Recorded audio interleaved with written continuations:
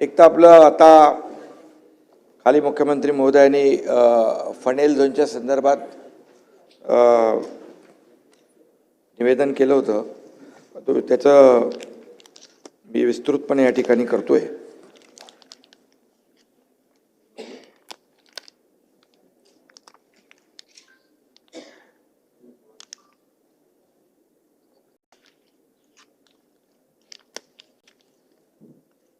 एक तर पहिलं ओसीचं करतो मी, परत तुम्हालाही त्याचा मुंबईतल्या लोकांचा फायदा होईल. सुधारित सभापती महोदय, याचं मी थोडक्यामध्ये खाली देखील परवाच्या दिवशी निवेदन केलेलं आहे. परंतु या ठिकाणी गेल्या 3-3.5 वर्षापासून जे काही मुंबईमध्ये अनेक आपण निर्णय घेतले, योजनाही केल्या, अनेक विकास प्रकल्पांना चालना दिल्या आणि त्याचबरोबर मुंबई बाहेर गेलेला जो मुंबईकर आहे त्याला पुन्हा मुंबईमध्ये सन्मानाने तो आला पाहिजे, ही भूमिका आपल्या बाळासाहेबांची नेहमीच राहिलेली आहे. आणि त्यामुळे जे खऱ्या अर्थाने जे नियम आहेत ते लोकांच्या फायद्यासाठी असले पाहिजे. लोक कायद्यासाठी नाही तर कायदा लोकांच्या हितासाठी असला पाहिजे, अशा प्रकारची भूमिका नेहमी आपण घेतलेली आहे. आणि म्हणून कधीकधी प्रस्थापित जी काही चौकट आहे त्याच्या बाहेर जाऊन देखील आपल्याला काही निर्णय घ्यावे लागतात. आणि तशा प्रकारचे निर्णय एक भाग म्हणून इमारतींसाठी सुधारित भोगवटा अभय योजना ओसीची योजना लागू करण्याचा अत्यंत महत्त्वपूर्ण निर्णय घेतला आहे. माझ्या मागे आशिष शेलार आहेत आणि त्यांचा नेहमी पाठपुरावा मुंबईतल्या आमदारांचा देखील सातत्याने पाठपुरावा या बाबतीमध्ये होता. आणि त्यामुळे काही नियमाचं उल्लंघन करून उभारलेल्या जवळपास 20,000 इमारतींना ओसी नाही आहे आज मुंबईमध्ये. या इमारतींच्या मूळ मंजूर आराखड्यामध्ये किरकोळ बदल केलेले आहेत, त्यामुळे त्यांना ओसी मिळत नाही. ओसी नसल्यामुळे इमारतीमधल्या रहिवाशांना सभापती महोदय दुप्पट मालमत्ता कर, पाणीपट्टी, मलनिस्सारण कर, इतर जे काही दुप्पट भरावे लागतात निवासीला आणि कमर्शियलला 4 पट. त्यामुळे या इमारतीतील जेव्हा घरं विकायची असतात, खरेदी विक्री करायची असतात, त्यावेळी देखील यांना बँका लोन देत नाही. त्यामुळे त्यामध्ये देखील अनेक अडथळे निर्माण होत आहेत. त्याचे ओसी नसल्यामुळे ही घरं विकताना त्यांना योग्य किंमतही मिळत नाही. आणि म्हणून त्याचबरोबर पुनर्विकासामध्ये केवळ मंजूर नकाशाचे क्षेत्र विचारात घेता येतं. त्यामुळे या इमारतींचा पुनर्विकास देखील करणं शक्य होत नाही.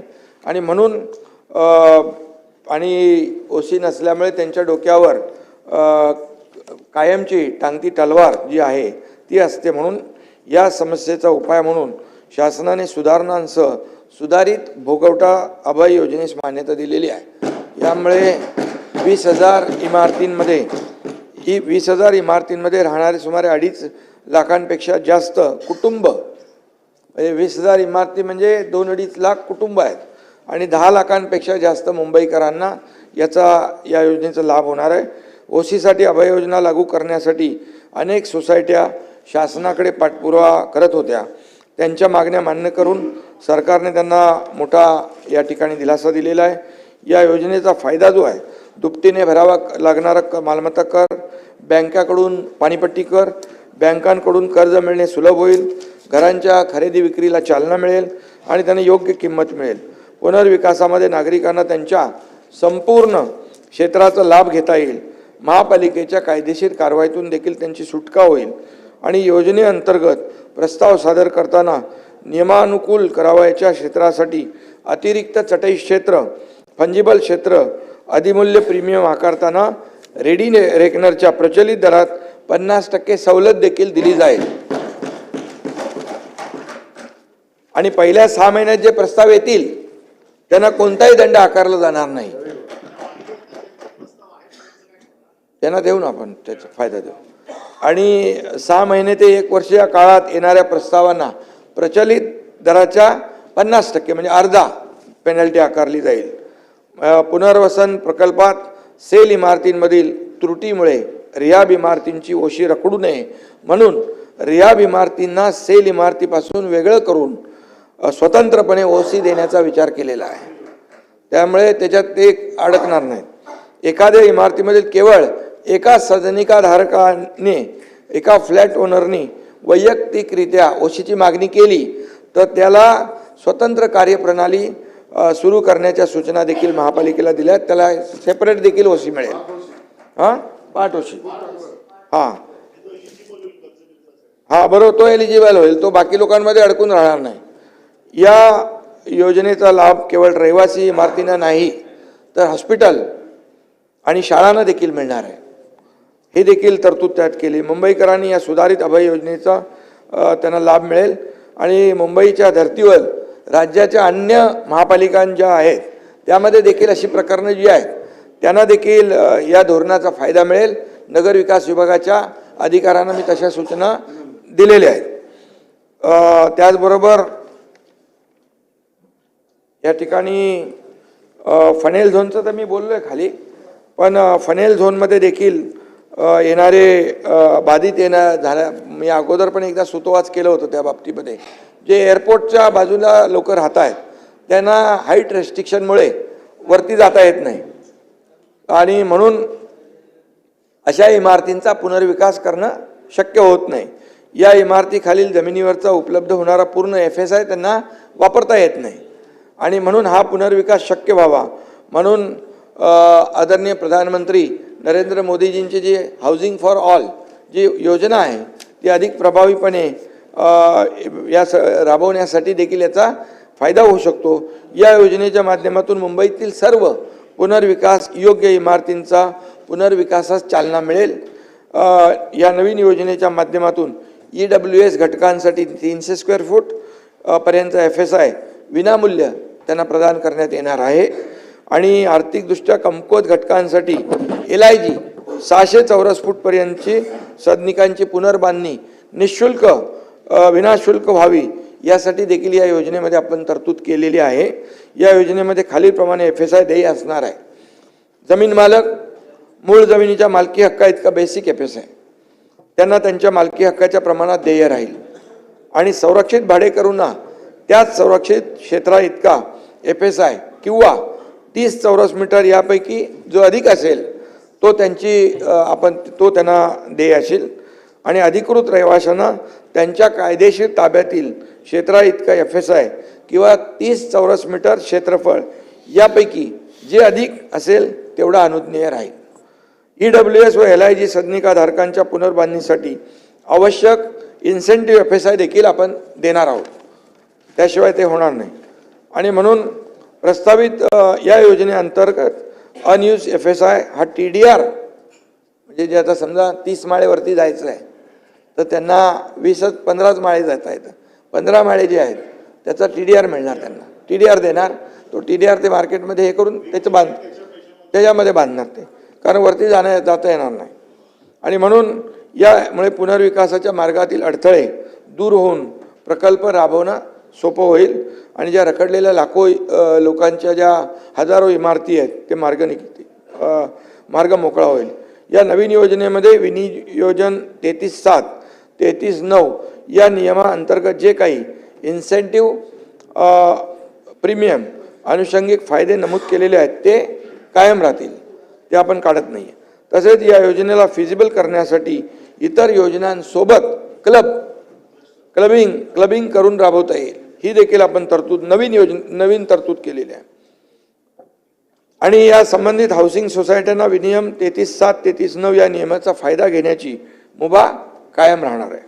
या नवीन योजनेमुळे बृहन्मुंबई क्षेत्रातील फनेल झोन बाधित सर्व पुनर्विकास प्रकल्प हे फिजिबल होऊन त्याला चालना मिळेल, शक्य होईल.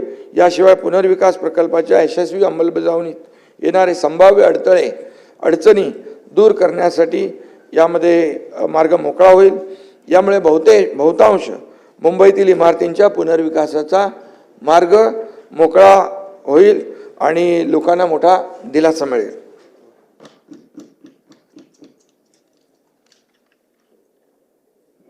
त्याचबरोबर यामध्ये तुम्ही मगाशी काय पत्र दिलेलं मला मनीषा कायंदे मॅडम, त्याचं खाली मुख्यमंत्री महोदयांनी देखील निवेदनामध्ये सुतोवाच केलेला आहे की जे फनेल झोनमध्ये तर आपण करतोच आहे, त्याचबरोबर जी आपली COD आहे कांदिवली जू मिलिटरी परिसर, अशी डिफेन्स कांदिवली मालाड हां, तर त्याच्यामध्ये देखील आपण हा निर्णय जो आहे फनेल झोनचा, तिथं देखील म्हणजे फनेल झोन जू military transmission station Kandivali Malad COD परिसर संरक्षण क्षेत्रालगतच्या जमिनी व इतर काही कारणांमुळे काही क्षेत्रांवर इमारतींचा पुनर्विकास पूर्ण क्षमतेने, म्हणजे तोच पूर्ण क्षमतेने म्हणजे पूर्ण FSI यूज नाही करत आणि अनयुज्ड, आणि त्यामुळे या पुनर्विकास शक्य व्हावा या हेतूने नवीन हाऊसिंग फॉर ऑल ही योजना तयार करून या इमारतींचा देखील पुनर्विकास करण्यास चालना देण्यात येते. ते मगाशी मी तुम्हाला सांगितलं ते GWAचं 300 फूट आणि LIGचं 600 फूट. त्यामुळे हा देखील मोठा निर्णय मुंबईकरांसाठी लागू होतोय.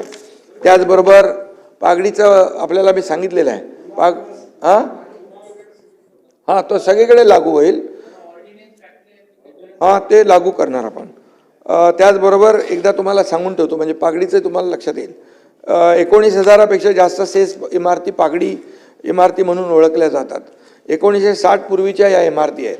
त्यापैकी काही इमारतींचा पुनर्विकास झाला आहे, काही इमारती जीर्ण अवस्थेत आहेत. जवळपास 13,000पेक्षा जास्तीच्या इमारती पुनर्विकासाच्या प्रतीक्षेत आहेत. या इमारतीतल्या भाडेकरूंना महाराष्ट्र रेंट कंट्रोल ॲक्टनुसार संरक्षण प्राप्त आहे, ते प्रोटेक्टेड आहेत. या इमारती तसेच त्यातील भाडेकरू व करारनामे देखील कायदेशीर आहेत आणि शासनाने भाडेकरूंच्या हितासाठी रेंट कंट्रोल ॲक्ट आणून त्यांना प्रोटेक्शन दिलेलं आहे. त्यांच्या पुनर्वसनाच्या हक्कामुळे घरमालकांना त्यांच्या मालकी हक्काचा योग्य मोबदला मिळत नाही, अशी घरमालकांची नेहमी तक्रार आणि वादविवाद आहे. त्याच्यामुळे या घरमालकांमध्ये आणि भाडेकरूंमध्ये खटले मोठे 28,000 अशा प्रकारचे खटले सुरू आहेत लघुवाद न्यायालय इतर न्यायालयांमध्ये. आणि त्यामुळे या पागडीच्या इमारतींच्या पुनर्विकासाला अल्प प्रतिसाद मिळतो आणि ते पुनर्विकास होत नाही. आणि म्हणून भाडेकरू तसेच घरमालक यांचा हक्क अबाधित ठेवलेला आहे आपण. म्हणजे फक्त भाडेकरूंचा विचार नाही, मालकाचाही देखील आपण त्याचा जो अधिकार आहे तो आपण काढलेला नाही. आणि म्हणून आर्थिक दुर्बल घटकांसाठी व अत्यल्प उत्पन्न घटकासाठी EWS आणि LIG हे फक्त FSI देऊन भागणार नाही, तर त्यांच्या घराची विनाशुल्क पुनर्बांधणी खर्चाची तजवीज देखील पुनर्बांधणी करण्याच्या ती देखील गरजेची आहे. त्यासाठी एक स्वतंत्र नियमावली आपण तयार करतोय. त्यामध्ये खालील तरतुदींचा समावेश करण्यात येणार आहे. भाडेकरूंच्या ताब्यातील घराचं जेवढं क्षेत्रफळ आहे तेवढा FSI देय करणे पहिला, आणि मालकांना भूखंडाच्या मालकीपोटी बेसिक FSI देय करणे, म्हणजे मालकाचा जो बेसिक FSI तो. आणि EWS LIG गटासाठी पागडीधारकांना त्यांच्या क्षेत्राच्या निःशुल्क पुनर्बांधणीसाठी लागणारा इन्सेंटिव्ह FSI देखील दिला जाईल.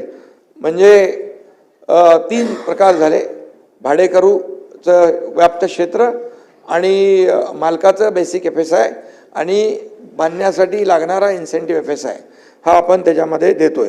जर काही मगाचं आता फनेलचा जो विषय होता तसा जर कोणत्या कारणामुळे हाईट रेस्ट्रिक्शन किंवा इतर प्रतिबंधामुळे जर या तिन्ही प्रकारचे FSI पूर्णपणे वापरणे शक्य नसल्यास उर्वरित FSI TDRच्या स्वरूपात उपलब्ध करून देण्याची तरतूद देखील याच्यामध्ये आपण ठेवलेली आहे. या नियमावलीमुळे पागडी सिस्टीमच्या जुन्या इमारतींच्या पुनर्विकासाचा मार्ग मोकळा होईल. या जीर्ण इमारतींच्या पडझड होणारी थांबेल, त्यामुळे होणारी जीवित व वित्तहानी टळेल. या इमारतींच्या पुनर्विकासासाठी सध्या अस्तित्वात असलेले अन्य पर्याय जसे 33/7, 33/9 सुरू राहतील. आणि आजवर ज्या इमारतींना या स्कीमचा फायदा झालेला नाही त्यांच्यासाठी देखील हा नवीन एक पर्याय आहे. या व्यतिरिक्त इमारतीमधील भाडेकरू व इमारत मालकांमधील सुमारे मगाशी मी म्हटलं 28,000 प्रलंबित खटले आहेत. या न्याय प्रक्रियेत अनेक कुटुंब अनेक वर्षापासून अडकलेली आहेत आणि म्हणून पुनर्विकासाला गती देण्यासाठी माझं मुख्यमंत्री महोदयांशी देखील चर्चा झाली. लॉ अँड ज्युडिशरी हे खटले निकाली काढण्यासाठी उच्च न्यायालयाच्या पूर्व परवानगीने पुरेशी अतिरिक्त फास्ट ट्रॅक कोर्ट देखील आपण सुरू करू, जेणेकरून 3 वर्षात सर्व खटले निकाली निघतील आणि त्यांचा पुनर्विकासाचा मार्ग मोकळा होईल. यामुळे पागडी तत्वावर राहणाऱ्या लाखो मुंबईकरांना मालकी तत्वावरचं हक्काचं घर मिळेल आणि महत्त्वाचं म्हणजे भाडेकरू तसेच मालक या म्हणजे मालकावरही आपण अन्याय केलेला नाही. मालकाचा अधिकार जसा आपण क्लस्टरमध्ये ठेवलेला आहे तसं इथं देखील मालकाचा अधिकार ठेवला आहे. त्यामुळे मालक देखील कुठं परत ते काय लिटिगेशन करण्याची आवश्यकता गरज कोणाला भासणार नाही. पण यामुळे पुढील काही वर्षामध्ये मुंबई पागडी मुक्त होईल आणि त्यांना मालकी हक्काचं घर मिळेल. आणि यामध्ये काही अडचणी उद्भवल्यास तर त्याच्यामध्ये आपल्याला त्या वेळेस नियमामध्ये आणखी काही सुधारणा करायची असेल ती देखील करण्याची आपली तयारी आहे. यामुळे मुंबईच्या बाहेर गेलेला मुंबईकर जो आहे तो पुन्हा या मुंबईमध्ये राहायला येईल. त्याचबरोबर गिरणी कामगारांच्या घरकुले जी आहेत त्या बाबतीत देखील कापड गिरण्यांच्या सन 1982च्या संपानंतर बृहन्मुंबई विकास नियंत्रण नियमावली 1991 मधील विनियम 58 मध्ये दुरुस्ती करण्याबाबत आपला निर्णय झाला आहे. 58 बंद आजारी कापड गिरण्यांची मोकळी जागा व शिल्लक चटई क्षेत्र यांचं वाटप जे पूर्वी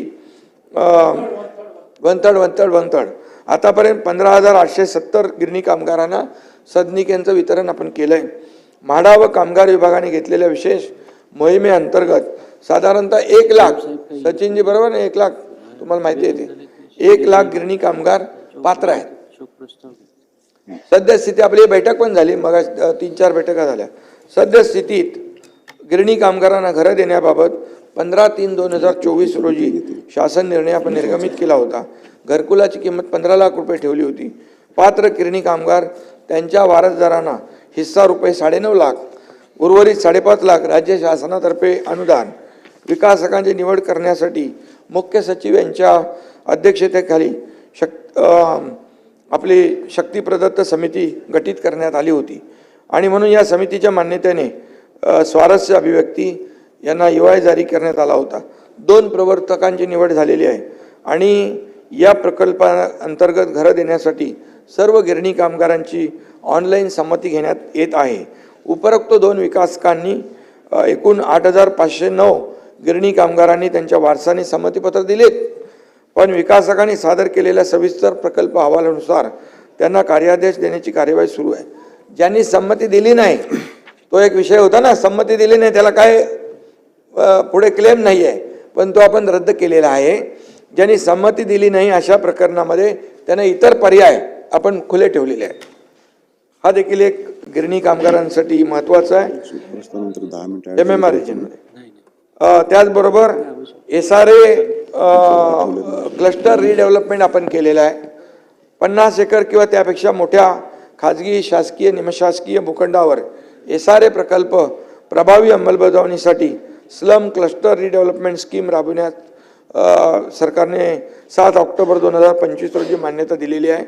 याबाबत 13 नोव्हेंबर 2025 रोजी शासन निर्णय निर्गमित करण्यात आलेला आहे. सदर क्लस्टर योजना जलद गतीने पूर्ण व्हावी. काही बिल्डर योजना घेतात आणि योजना अनेक वर्ष रखडवली जाते, त्यांना भाडंही मिळत नाही आणि त्यांना घरही मिळत नाही.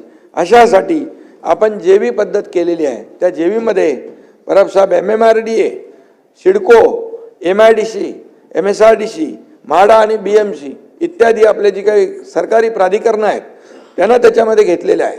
आता ही योजना राबविण्याचा जो काही रखडलेल्या ज्या योजना आहेत त्याच्याबद्दल बोलतो मी.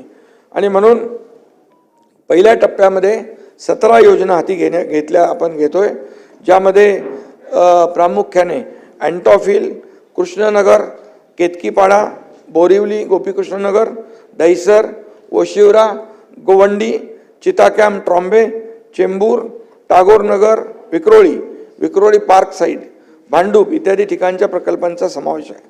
दुसऱ्या टप्प्यात आणखी काही प्रकल्प घेतले जातील. या 17 प्रकल्पापैकी एका प्रकल्पाला मंजुरी झाली आणि त्यामुळे योजना राबवण्याची सुरुवात झालेली आहे. जेवीमध्ये रमाबाई आंबेडकर नगर आपल्याला माहीत आहे 17,000 लोक राहतात आणि तिथं SRA आणि सिडको MMRDA मिळून ही योजना राबवती आहे.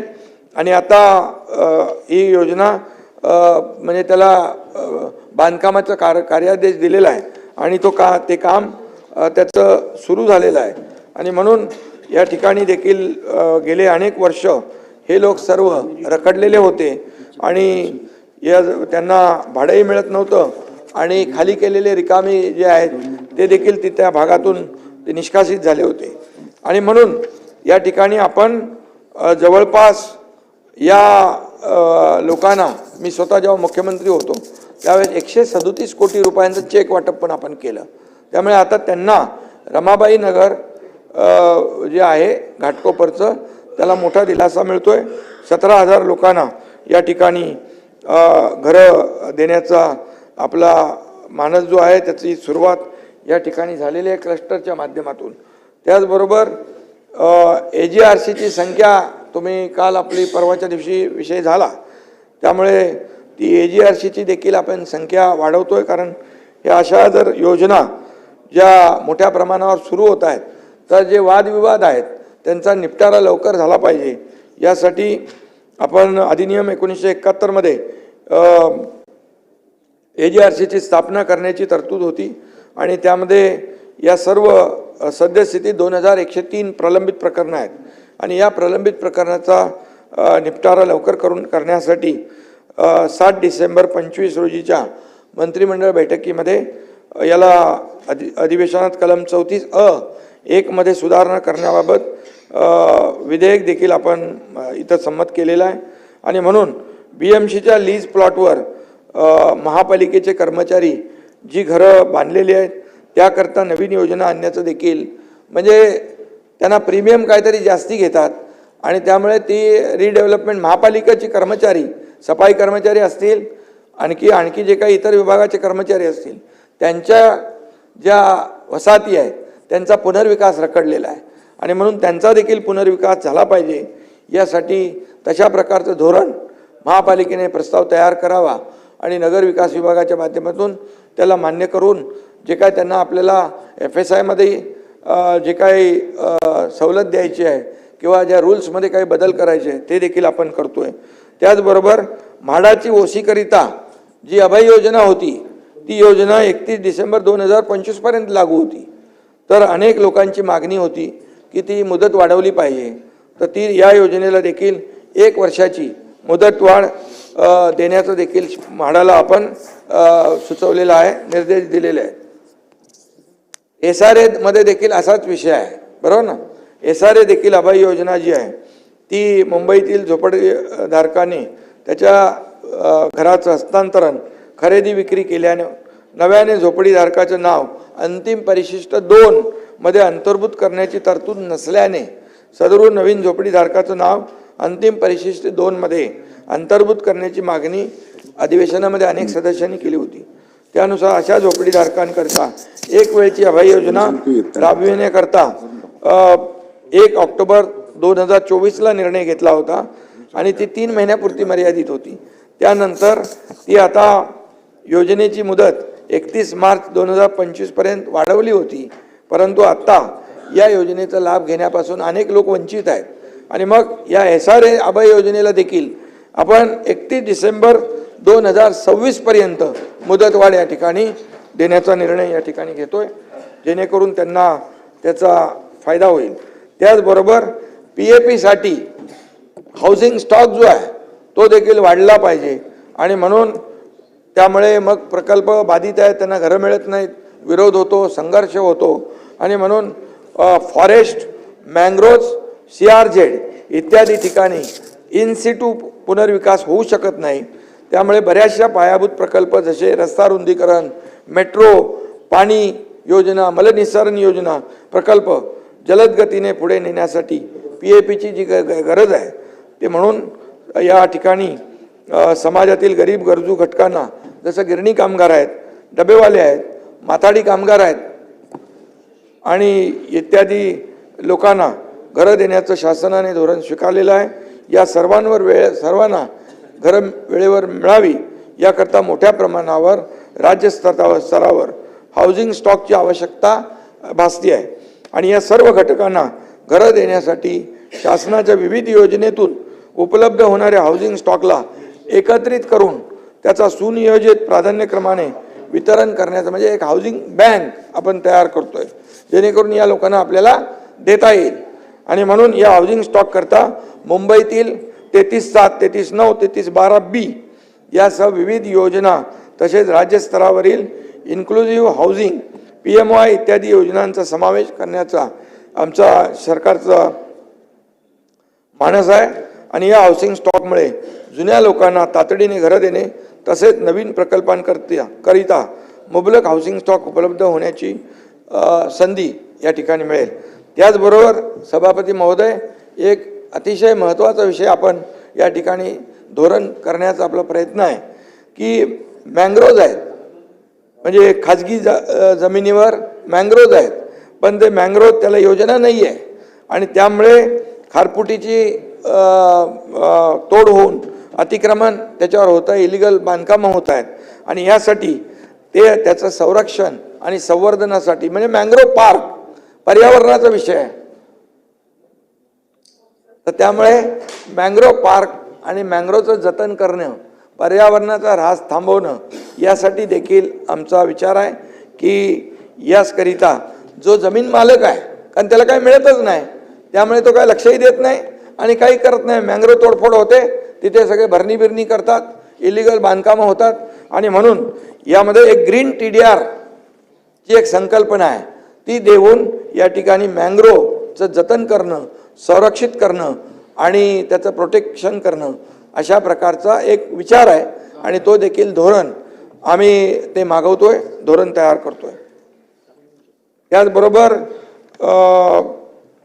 झोपडपट्टी पुनर्वसनाची या ठिकाणी जी योजना आहे त्यामध्ये देखील ही झोपडपट्टी पुनर्वसन योजना 1971 मधील कलम 13(1) मध्ये सुधारणा आपण करतोय. झोपडपट्टी पुनर्वसन योजना जलद गतीने राबविण्यासाठी झोपडपट्टी पुनर्वसन क्षेत्र म्हणून घोषित केल्यानंतर विकासक, जमीन मालक, संबंधित झोपडीधारकांची संस्था यांच्याकडून झोपडपट्टी पुनर्वसन योजनेचा प्रस्ताव सादर करण्याचा कालावधी हा 120 दिवसापासून 60 दिवसापर्यंत कमी करण्यात आला आहे. यामुळे प्रकल्पांना गती मिळेल आणि याबाबतची अधिसूचना 29/8/2025 रोजी निर्गमित केलेली आहे.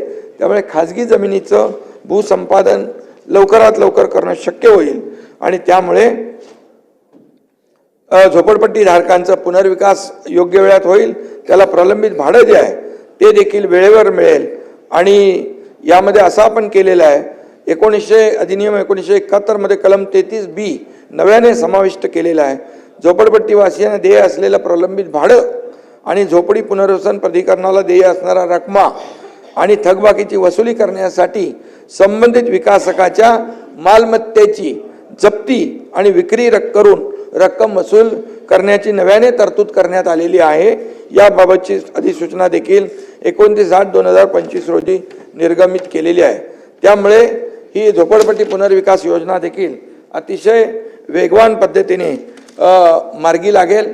आणि शेवटचं एक आहे, आपली बैठक झाली होती शशिकांतजी सिडकोच्या घराबाबतीमध्ये. सिडकोतर्फे नवी मुंबईतील खारघर, वाशी, खारकोपर, तळोजा, उल्वे, कळंबोली, कामोठे, पनवेल या परिसरामध्ये 17,000 घरं बांधण्यात आली आहेत. त्या घरांची लॉटरी प्रक्रिया पुढील 2 महिन्यात पूर्ण करण्यात येणार आहे. वेगवेगळ्या प्रवर्गांसाठी घरांसाठी वेगवेगळे दर आहेत. त्या घरांसाठी सिडकोने निश्चित केलेल्या दरामध्ये काही लोकांनी मागणी केली होती की रकमा जादा आहेत आणि म्हणून यामुळे प्रधानमंत्री नरेंद्र मोदीजी यांच्या सॉरी तू मागे दिसला नाही, यांनी सगळं पुस्तक एकदम पूर्ण अभ्यास करून सगळं फायली घेऊन आलेला आणि चांगलं आहे, अभिनंदन. आणि त्यामुळे मी त्यांना सांगितलं तुमचं काय मी ऐकणार नाही, विक्रांतने भरपूर दिल्या सांगितलं मला आणि शशिकांतजींनी. त्यामुळे प्रधानमंत्री नरेंद्र मोदीजी यांच्या संकल्पनेतील हाऊसिंग फॉर ऑल या धोरणाला चालना मिळून परवडणाऱ्या घरांची संख्या आपल्याला वाढवतोय आणि त्यांना दर्जेदार घरं मिळतील. यासाठी आपण EWS आणि LIG दोन्हीमध्ये 10% आपण रकमा कमी करतोय आणि 10% त्याच्यामध्ये सूट देऊन या ठिकाणी त्यांना जे आता रकमा ज्या आहेत त्या 10%ने शशिकांतजी कमी करून घेण्याचा निर्णय आपला झालेला आहे. धन्यवाद.